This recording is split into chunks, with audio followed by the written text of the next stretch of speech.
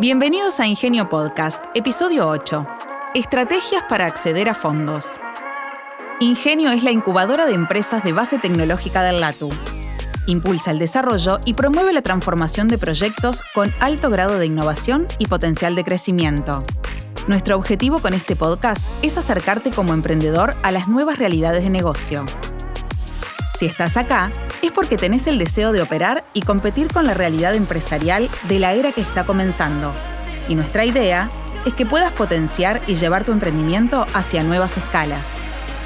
Ojalá puedas desplegar nuevas herramientas y disfrutar de este proceso tanto como nosotros. Hoy nuestro host invitado es Enrique Estragó, licenciado en Gerencia con especialización en Economía.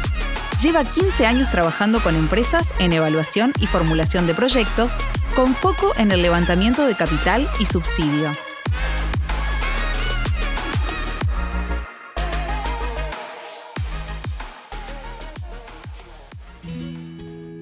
Cuando un emprendedor está con su proyecto, uno de los temas principales es buscar la forma de financiar el mismo, conseguir recursos para poder ponerlo en marcha, crecer, internacionalizar. Para cada una de estas etapas del emprendimiento hay distintas opciones, tanto de fondos de subsidio como de inversión por parte de capitales privados. En este podcast vamos a concentrarnos en la parte de fondos de subsidio, ya que es una de las opciones más buscadas por los emprendedores en nuestro país. En este sentido, hay muchas opciones y el secreto está en poder identificar la más adecuada para la empresa. Muchas veces el problema es forzar mi idea para que aplique un instrumento en particular, en lugar de buscar cuál instrumento se adapta mejor a ella o a determinada etapa del proyecto. Forzarlo de esta manera reducirá las chances de que el proyecto se apruebe, pero además, si voy a un instrumento que no es el adecuado y es aprobado, seguramente los problemas surjan durante la etapa de ejecución, ya que voy a estar ejecutando cosas que no son las que agregan mayor valor a mi proyecto y terminará siendo una carga más que una ayuda. Ahora vamos a conversar sobre cómo es el proceso para identificar el instrumento adecuado y la postulación al mismo. Si bien existen distintos o con distintas características, en este episodio nos vamos a concentrar en los instrumentos para emprendedores y o para empresas jóvenes.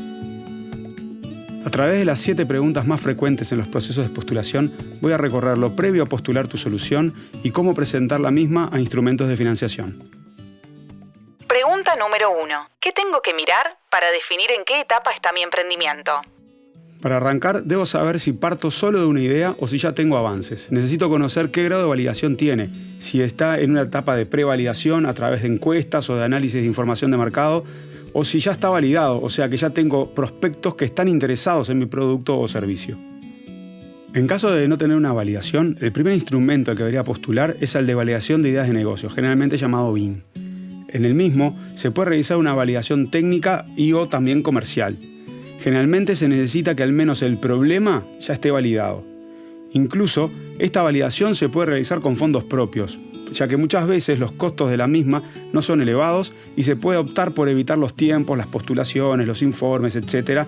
de la ejecución de un instrumento de subsidio. Una vez tenemos nuestra validación pronta, deberíamos entender cuáles son los objetivos de nuestro proyecto, en qué segmento está la industria, el mercado, sector de actividad, etc. ¿Cuánto es el subsidio que necesito? ¿En qué lo vamos a utilizar?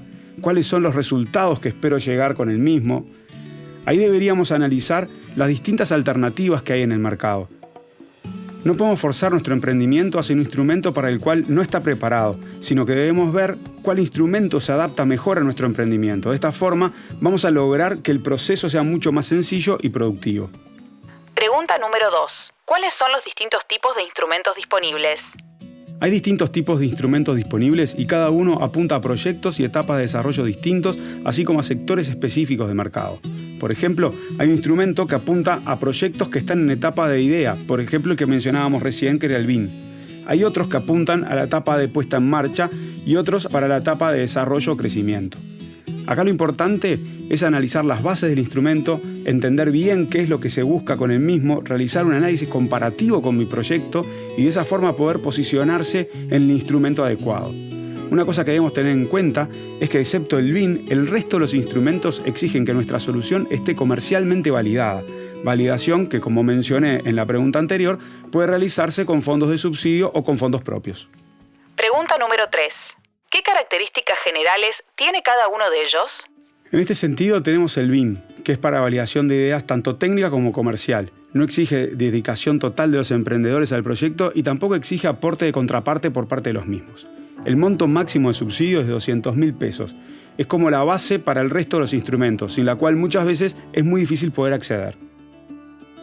Otra opción que tenemos es el programa SOSPYME de ANDE, donde se brinda apoyo técnico y económico dirigido a emprendimientos, micro y pequeñas empresas. Lo que se busca es potenciar capacidades impulsando procesos de crecimiento, la readecuación o reactivación de empresas en funcionamiento o formalizar y poner en marcha pequeños emprendimientos empresariales con potencial de generación de empleo.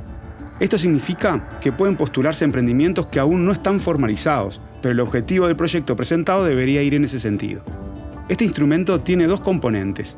Se comienza con una asistencia técnica, donde ANDE asigna un consultor especialista en los problemas planteados por la empresa para que trabaje sobre los mismos y busque la forma de resolverlos. Esta asistencia técnica puede derivar en un plan de implementación que se presenta a ANDE y si es aprobado se puede obtener un apoyo de subsidio de hasta 120.000 pesos para su implementación. Acabo de aclarar que hay dos tipos de SOSPYME, uno que es el general y que exige que el emprendimiento ponga al menos un 10% de los fondos necesarios para el proyecto, donde los 120.000 pesos que pone ANDE no pueden superar el 90% del total del proyecto.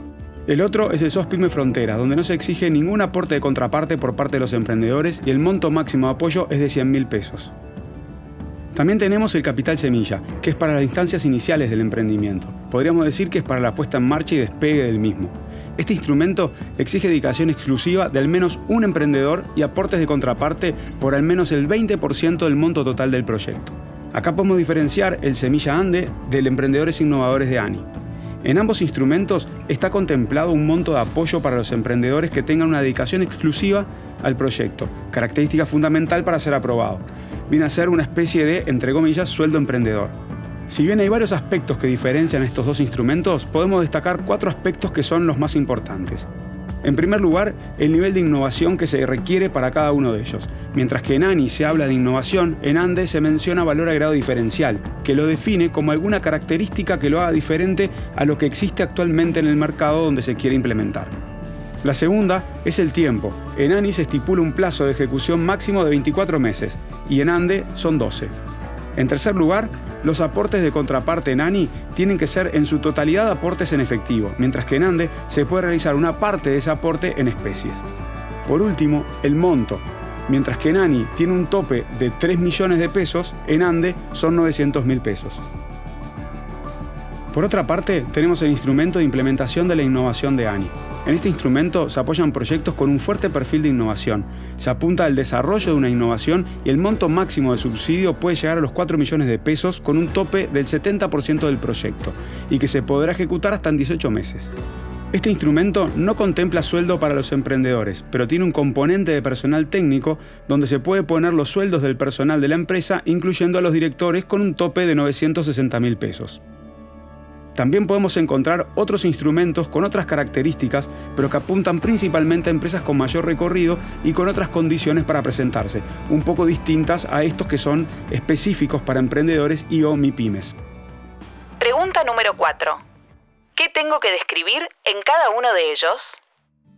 Lo más importante a describir son los aspectos que forman parte crítica de la evaluación, así sean de ANI o de ANDE. Uno de los aspectos más importantes sería la innovación en el caso de ANI y el valor agregado diferencial en el caso de ANDE. Este es un primer filtro por el que pasan los proyectos y si no logramos describirlos de forma adecuada, corremos el riesgo que nos rechacen el proyecto. A su vez, es importante que logremos demostrar que hay una oportunidad de negocios atrás de este proyecto. No hay que olvidarse que estos son subsidios de apoyo a empresas, por lo cual, si no hay negocio detrás del proyecto, es muy difícil que se logre obtener el subsidio. Muchas veces me pasa que me presentan proyectos que técnica o tecnológicamente son muy buenos o que académicamente son brillantes, pero no se logra demostrar el negocio detrás de la idea, lo cual pone en riesgo la aprobación de la postulación. Ahí está el desafío de demostrar que hay un problema y oportunidad en el mercado y que tenemos una solución innovadora o de valor agregado diferencial para poder resolver ese problema. Debemos demostrar la existencia de un mercado al cual apuntar y el mismo tiene que estar bien definido, cuantificado y ser atractivo desde el punto de vista comercial. Por último, tengo que poder mostrar que el equipo que llevará adelante el proyecto es el adecuado y en caso de no contar con las capacidades en ese momento, debería explicar cómo voy a hacer para incorporarlas. Generalmente se apunta a proyectos que tengan un equipo atrás, preferentemente multidisciplinarios o con perfiles complementarios. Pero aquellos proyectos que vienen con un único emprendedor atrás tienen más complicaciones para ser aprobados, lo cual no quiere decir que sea imposible, pero sí es más difícil. Pregunta número 5. ¿Cómo tengo que contar la historia de mi emprendimiento y del proyecto que quiero llevar a cabo? En este punto hay varias formas de contar la historia. Yo generalmente intento demostrar la validación de la existencia de un problema, y este tiene que ser algo que realmente cause un dolor en el mercado, ya que para hacer las cosas que ya estoy haciendo, pero un poquito mejor, generalmente es muy difícil conseguir fondos. Pero si es para resolver un dolor, algo que realmente le esté causando problemas, costos, dolores de cabeza, etc. a los potenciales clientes, entonces será mucho más fácil conseguir los fondos. Para eso generalmente utilizo ejemplos, casos de historias que están pasando o que podrían estar pasando. Trato de demostrar cómo están resolviendo ese problema al día de hoy y cómo podríamos encontrar una mejor forma de resolverlos mediante una solución innovadora. Luego intento explicar la misma y cómo resolvería esos problemas que mencioné anteriormente. Intento que los miembros del comité se sientan identificados con la problemática y que logren visualizar que de esta manera la solución propuesta va a poder resolver ese problema. Por último, trato de demostrar la existencia de un mercado potencial interesante, que claramente demuestre la existencia de una oportunidad de negocios detrás de esta idea o proyecto. Para esto es muy importante la validación realizada. Tengo que poder mostrar evidencia de la misma, tengo que convencer a los miembros del comité de que la oportunidad realmente existe y que la demanda potencial debería ser lo suficientemente grande como para poder encontrar un espacio de desarrollo de mi emprendimiento. Pregunta número 6. ¿Qué rol cumple un facilitador o consultor al momento de formular un proyecto? El facilitador generalmente es alguien que tiene mucha experiencia en presentar proyectos tanto a ANI como a ANDE. Es un profesional que de acuerdo a su experiencia podrá orientarme hacia qué instrumento sería mejor apuntar, qué cosas necesito reforzar en mi propuesta antes de postular, qué información necesito presentar para la postulación, etc. A su vez, es alguien que puede orientarme en la propia formulación del proyecto, a veces a través de mentoría y otras directamente escribiendo el proyecto. Lo importante acá es que el facilitador es un profesional que conoce a las instituciones que brindan el subsidio, qué es lo que buscan con los proyectos que apoyan, qué es lo que necesitan para cada uno de los instrumentos y que generalmente ya saben qué cosas son las que tienen mayor peso al momento de realizar la evaluación del proyecto. Esto se debe a que tienen un amplio conocimiento de las bases de los distintos instrumentos, conocen los requisitos de cada uno, logran interpretar de forma rápida y sencilla los puntos críticos de la evaluación de los proyectos por parte de los comités de evaluación, lo cual en cierta medida se logra a través de varios años formulando proyectos, conociendo detalladamente los instrumentos y las instituciones de apoyo, y también analizando los resultados de varias propuestas realizadas en el pasado, tanto en la aprobación por parte del comité como luego durante la ejecución de los instrumentos. No nos olvidemos que si el proyecto es aprobado, luego deberá ejecutarse, y eso es todo un tema. Si nosotros formulamos el proyecto de determinada manera, que luego nos puede complicar mucho su ejecución, en lugar de estar ayudando al emprendimiento terminamos complicándolo. Pero si en cambio, al momento de formular ya tenemos en mente cómo se va a ejecutar y se busca la forma más sencilla y que genere mayor valor al emprendimiento, esa sería la manera ideal. Justamente este tipo de visión la puede tener un facilitador, ya que por su experiencia y conocimiento puede orientar de mejor manera a las empresas que desean postular. Muchas veces durante esta facilitación se encuentran oportunidades de mejora en los proyectos o nuevas oportunidades de negocio que no estaban identificadas o incluso se pueden detectar amenazas que se deberían analizar con detenimiento por parte del proyecto para poder tomar las acciones de mitigación correspondientes, etc. Y todo esto se logra gracias a la experiencia y conocimiento de los facilitadores. El proceso de formulación en sí mismo es una muy buena oportunidad para reanalizar y replantear muchas cosas sobre el proyecto. Y qué mejor que hacerlo con un facilitador con experiencia que nos puede orientar en distintos aspectos del proyecto para que el mismo genere el mayor valor posible al emprendimiento. Pregunta número 7. ¿Cómo selecciono a un facilitador o consultor para este proceso? En algunos instrumentos, el facilitador es designado por la institución que brinda el subsidio o por las instituciones patrocinadoras que acompañan al emprendimiento. Pero otras veces, el facilitador o el consultor es seleccionado por los emprendedores, y eso es una tarea que no es sencilla. Acá hay varias formas de seleccionar al consultor o facilitador. Incluso, esto va más allá de la postulación a un instrumento. Generalmente, cuando se está comenzando con una consultoría, es necesario generar un buen ambiente de trabajo entre la empresa y el consultor. Hay que estar seguros que es el adecuado y se deben sentir cómodos trabajando con él. Hay que recordar que se van a pasar varias horas trabajando con el consultor y si no nos sentimos cómodos, entonces va a ser muy difícil poder trabajar. A su vez, se tiene que tener mucha confianza en el consultor. Tiene que ser alguien que realmente despierte confianza, ya que le vamos a revelar mucha información que casi siempre es confidencial. Le vamos a hablar de mis costos, de mis ingresos, de la idea que quiero implementar, de las oportunidades detectadas, de los principales diferenciales de la empresa y cómo hago para ejecutarlos, etc. Por lo cual, es muy importante tener confianza en el consultor. Si tuviera que decir qué es lo más importante al momento de seleccionar un consultor o facilitador, es muy difícil mencionar una o dos características solamente. Es un conjunto de varias características, pero lo que sí me animo a decir es que nunca se debería de seleccionar un consultor o un facilitador por precio. Eso no resuelve nada y me ha pasado de poder observar que cuando se realiza la selección basado en el precio, las experiencias no son las mejores. Espero que lo conversado en este podcast sea de utilidad para las empresas y emprendedores que están pensando en postular a instrumentos de subsidio.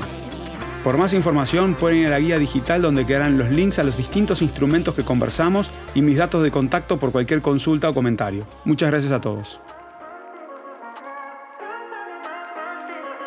Escuchaste Ingenio Podcast, una producción de WannaClap para Ingenio, financiado por INEFOP. Te esperamos en el próximo episodio. Y recordá que podés seguirnos en nuestras redes sociales @idaingenio y encontrar más información de este capítulo en ingenio.org.uy. Suscríbete.